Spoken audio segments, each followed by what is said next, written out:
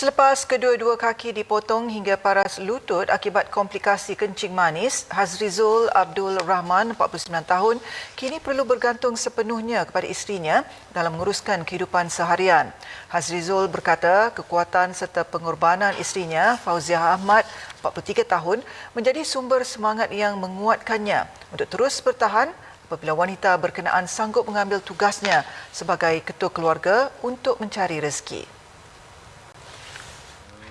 Hazrizul berkata 7 tahun lalu kaki kirinya terpaksa dipotong hingga paras lutut akibat komplikasi penyakit kencing manis. Namun ketika itu dia masih mampu bekerja dan menyara keluarga walaupun hanya menggunakan sebelah kaki. Namun bagaikan jatuh di tipu tangga, pada 5 Januari lalu kaki kanannya pula terpaksa dipotong hingga paras lutut bagi mengelakkan jangkitan merebak. Lebih malang, bapa kepada 4 anak berusia 11 hingga 18 tahun itu juga turut diuji dengan penyakit buah pinggang kronik tahap akhir sejak 3 tahun lalu dan perlu menjalani rawatan dialisis sebanyak 3 kali seminggu.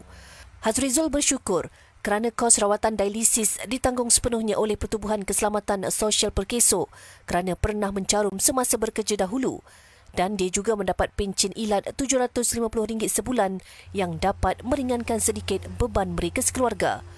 Selain itu, anak-anaknya juga menerima bantuan daripada Jabatan Kebajikan Masyarakat JKM sebanyak RM600 sebulan yang boleh digunakan untuk keperluan persekolahan mereka. Isterinya juga berniaga masakan panas bermula jam 4 petang hingga 12.30 malam di perkarangan rumahnya bagi menampung kehidupan mereka sekeluarga, termasuk abangnya berumur 54 tahun yang merupakan orang kurang upaya OKU mental. Kalau dari segi pendapatan kelon ni, kalau dia benar tak cukupnya. Sebelum ni sejak saya kena sakit ni kan. Sejak saya kena dialisis, tapi kok nampak pendapatan merudun sejak saya dialisis lah. Masa kaki potong tu kita boleh buat kerja lagi tak. Tapi bila dialisis ni terganggu lah saya punya rutin jadual saya. Moga sehari 4 kali cuci seminggu 3 kali cuci, sekali cuci 4 jam. Jadi jadual tu terganggu. Kita tak boleh nak duduk nak buat kerja lah. Tapi bila kena dari situ, situlah start 3 tahun lepas lah. Dia panggil merodoh lah, orang-orang lah, mana habis panen belakang semua, harap kedai makan ni lah. Kedai makan gitu lah, kita buka di kapur ni, kita tak tahu meta ada tak ada dekat kapur ni kat. Terdahulu, keluarga berkenaan disantuni pengerusi Cempaka Merah Asnaf Society Cik Nur Hayati Muhammad yang bertanya kabar tentang keperluan mereka sekeluarga bagi meringankan beban ditanggung.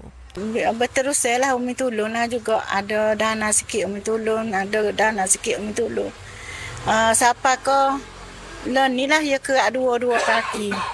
Jadi loan ni nya Umi kena tengok gapo keperluan dia dulu. Umi rasa kursi roda ni dia perlu kursi roda elektrik tu boleh jalan ke mana dia boleh berdikari.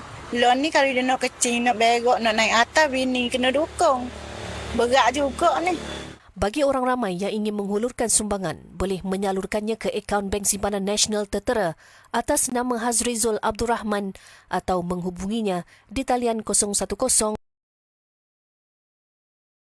7986 233.